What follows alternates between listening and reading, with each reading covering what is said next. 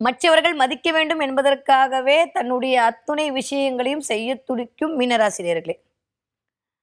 இந்த தடவ எப்படி இருக்க போகுது? மே மாதம் அப்படின்னா, நான் தான் ஒரு விஷயம் சொன்னேன்ல எடுக்கும்போதே. மற்றவர்கள் மதிக்க வேண்டும் என்பதற்காக சில வேலைகளை செய்வதற்கு கிரகங்கள் உங்களை இயக்கப் போகிறது. இல்ல நீங்க செய்ற வேலையின் மூலமாக மற்றவர்களிடமிருந்து உங்களுக்கு மதிப்பு, மரியாதை உயரப் போகிறது. ஸோ மே மாசம் மீனராசிக்காரர்களுக்கு எப்படிலாம் இருக்க போகுது அப்படின்னா, பிளானட்டரி பொசிஷன்லாம் பார்த்தோம்னா சூப்பரா இருக்குங்க. 3ல ராசிநாதன் இருந்து நெறைய முயற்சிகளை மேற்கொள்ள வைத்தார். இப்போது போய் 4ல போய் அமரப் போகிறார். இந்த 4ல அமர்து அப்படின்றது உங்களுக்கு உடைமைகள் வருவதற்கான காலத்தை எல்லாம் கிரியேட் பண்ணி குடுக்கும். நெறைய சொத்து வாங்கலாமா? நெறைய வீடு வாங்கலாமா? வீட மாறலாமா? இடம் வாங்கலாமா? அப்படின்ற மாரி நெறைய உடைமை அப்படின்றதே உடைமைனா நான் குழந்தை கூட பொறக்கும். அது உங்க உடைமை தானே. நெறைய செல்ஃபோன் வாங்கலாமா? நெறைய வந்து என்ன சொல்றது? எனக்குன்னு ஏதாவது வாங்கி வச்சுக்கலாமா? மோதிரம் வாங்கிக்கலாமா? செயின் வாங்கிக்கலாமா? அப்படின்ற மாரி நெறைய உடைமைகள் சேரக்கூடிய காலகட்டமாகத்தான் மே 15 தேதிக்கு அப்புறம் இருக்கு. மே முதல் 15 தேதி எப்படி இருக்க போகுது அப்படின்னு சொல்லி பார்த்தோம்னா, மீனராசிக்காரர்களுக்கு தொட்டதெல்லாம் தொடங்கக்கூடிய காலகட்டமா இருக்கு. சூப்பரா இருக்குங்க. மீனராசிக்காரங்கள பொறுத்தவரைக்கும் இந்த தடவ நெறைய கொஞ்சம் டிராவல் அதிகரிக்க போகிறது. என்னதான் தலைக்கு மேல சனி வந்து அமர்ந்திருந்தாலுமே, பெருசா அஃபெக்ட் ஆச்சுன்னா இல்லங்க. அப்படிலாம் ஒண்ணும் ஆறதுக்கான வாய்ப்புலாம் ஒண்ணுமே இல்ல. நான் குரு வீட்ல தான் உட்கார்ந்துருக்காரு. உங்க வீட்டுக்கு கெஸ்ட்டா தான் சனி வந்திருக்காரு. உங்களலாம் படுத்தலாம் மாட்டாரு. ஸோ வந்து 7:30 சனி இந்த பக்கம் இருக்கட்டும். அத நம்ம அப்புறம் வச்சுக்கலாம். ஜென்ம சனிலாம் நம்ம அப்புறம் வச்சுக்கலாம். லைஃப்ல நல்லா ஜெயிச்சவங்கள போய் கேட்டீங்கன்னா, இ ஜென்ம சனியிலயும், அஷ்டம சனியிலயும் ஜெயிச்சவங்களா தான் இருப்பாங்க. அந்த அளவுக்கு 7ஆம் இடம் இயங்க போறனால 2 விஷயம். 1 சமுதாயத்தில உங்களுக்கான மதிப்பு மரியாதை அதிகரிக்கப் போகிறது. இன்னொன்னு வீட்ல கொஞ்சம் வாக்குவாதம் வரப்போகுது. 2ல எதுவுமே நடக்கப் போகுது. 2மே நடக்கப் போகுது. 7ஆம் இடம் இயங்குனா பாசிட்டிவ் இயங்கணும், நெகட்டிவ் இயங்கணும் இல்ல. ஒரு கிரகத்துக்கு 2 பக்கமும் இயங்கணும்னா 2ம் தானே இயங்கியே ஆகணும்.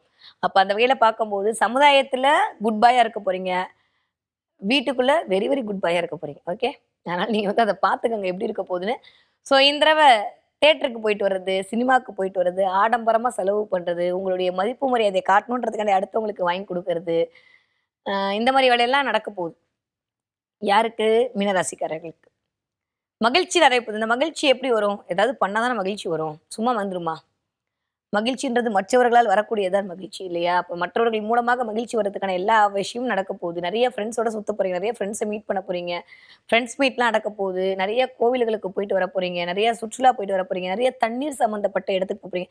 பீச்ல கண்டிப்பா கால் வச்சு கால் நனச்சுட்டு வர போறீங்க. பீச்சுக்கு போயிட்டு வந்தீங்கன்னா சொல்லுங்க. நெறைய மீனராசிக்காரங்க இந்த தடவ பீச்சுக்கு போயிட்டு வர்றது, நிலாவ பார்க்கறது, நிலா சம்மந்தப்பட்ட இமேஜ பார்க்கறது, அப்படியே தண்ணீல இருந்து நிலா மேல ஏறி வர்றத இதெல்லாம் பார்க்கறது. இதெல்லாம் இந்த தடவ பார்ப்பதற்கான வாய்ப்புகள் அப்படின்றது ரொம்ப ரொம்ப நெறைய இருக்கு. ஸோ மீனராசிக்காரர்கள பொறுத்தவரைக்கும் இந்த தடவ நெறைய வானவில் பார்க்கறது, ரொம்ப நல்லா இருக்குங்க. மீனராசிக்காரங்களுக்கு வந்து அ இந்த மே மாதம் அப்படின்னு சொல்லக்கூடிய மாதத்துல 2 விதமான பலன் இயங்க போகுது. ஏன்னா கிரகங்களை பொறுத்து இதுவரைக்கும் தலைக்கு மேல் இருந்த ராகு அப்படியே இறங்கி 12ஆம் இடத்துக்கு வரப்போகிறார். 12ஆம் இடம்ன்றதே கெட்ட இடம் தான். நான் சொல்லியிருக்கேன். அந்த இடத்துல வந்து ராகு வரும்போது என்ன ஆகும் அப்படின்னா, செலவுகள் கொஞ்சம் கண்ட்ரோலுக்குள்ள வரும். ஆனா, அது என்ன மாரியான செலவு அப்படின்றத நீங்க தான் தீர்மானம் பண்ண போறீங்க. சும்மா டீ குடிக்கிற செலவ கண்ட்ரோல் பண்ண போறீங்களா?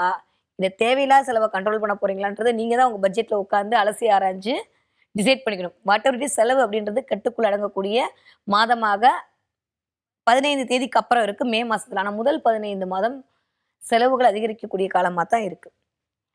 தானிக்கு தினிக்கு பத்தவேல்ன்ற மாரி கைக்கு வர்றது வாய்க்கு எட்ட மாட்டேங்குது, வாய்க்கு வர்றது வயித்துக்கு எட்ட மாட்டேங்குதுன்ற மாரி என்ன பண்ணாலும் பட்ஜெட்ல துண்டு விழுகுதேன்ற மாரி ஏதோ ஒரு பட்ஜெட் இடிக்க தான் போகுது. அதன் மூலமாக தேவையில்லாத சில சில சில்லற சண்டைக பெரிய சண்டைலாம் சில்லற சண்டைலாம் வீட்ல வரப்போது. அதனால ஒரு சின்ன நிம்மதி இழப்பு அப்படின்றது இருக்க போது.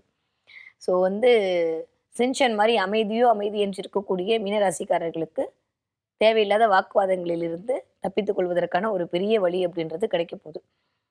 எனக்கு தான் எல்லாம் தெரியும்னு சொன்னாங்கன்னா, ஆமாப்பா உனக்கு தான் எல்லாம் தெரியும்னு சொல்லிட்டு போயிடுங்க. அவங்களுக்கே கோப்பம் கடிச்சிட்டு போட்டும்.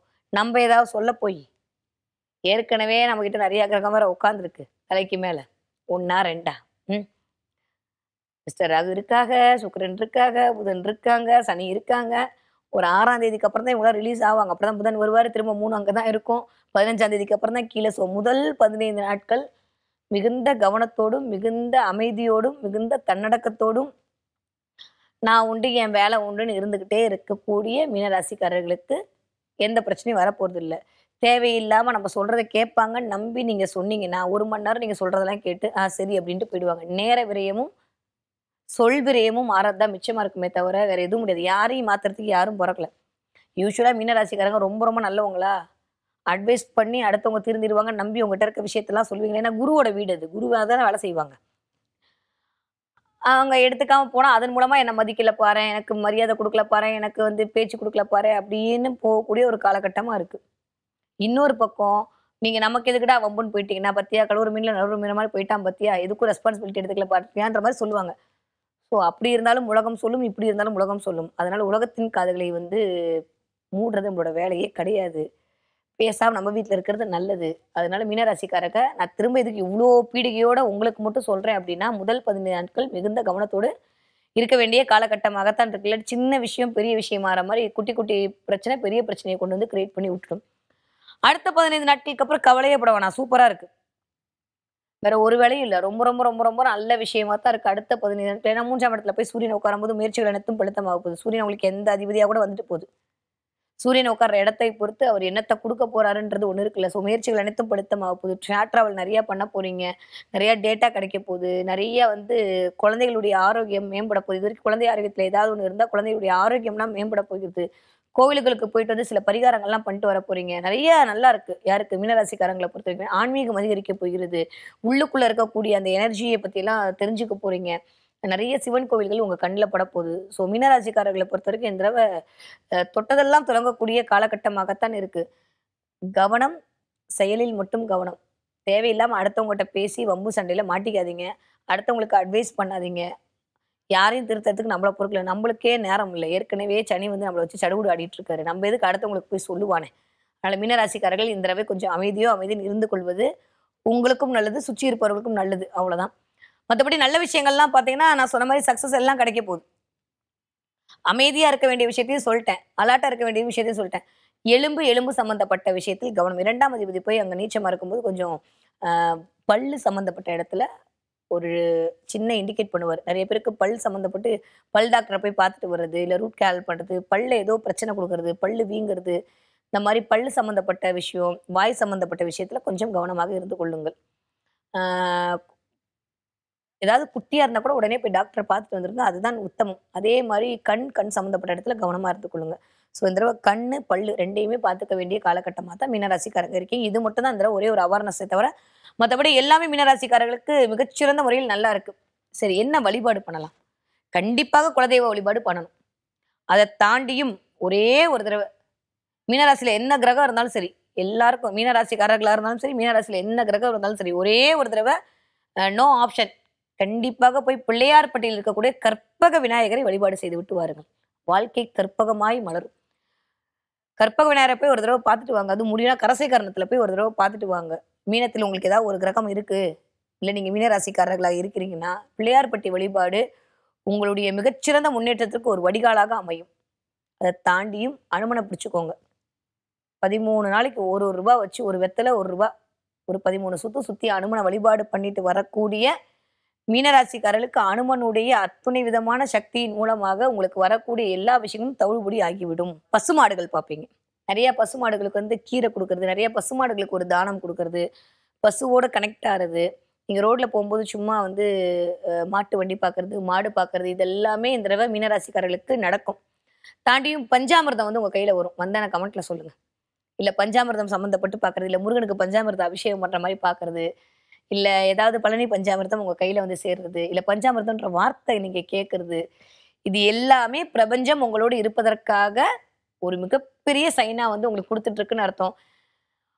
எல்லாம் ஓகே. ஆனா ஒரே ஒரு வழிபாடு தான். பழனி முருகன பிடிச்சுக்கோங்க.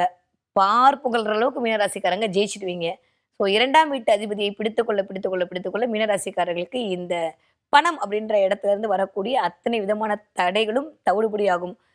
நெறைய முருகனோட எனர்ஜி உங்கள சுத்திக்கிட்டே இருக்கு. ஸோ மீனராசிக்காரங்க, நான் சொன்ன இந்த வழிபாடோட சேர்த்து பழனிமலை முருகன் வழிபாடு உங்களுக்கு மிகச்சிறந்த ஏற்றத்தையும், மாற்றத்தையும் கண்டிப்பாக கொண்டு வந்து சேர்க்கும்.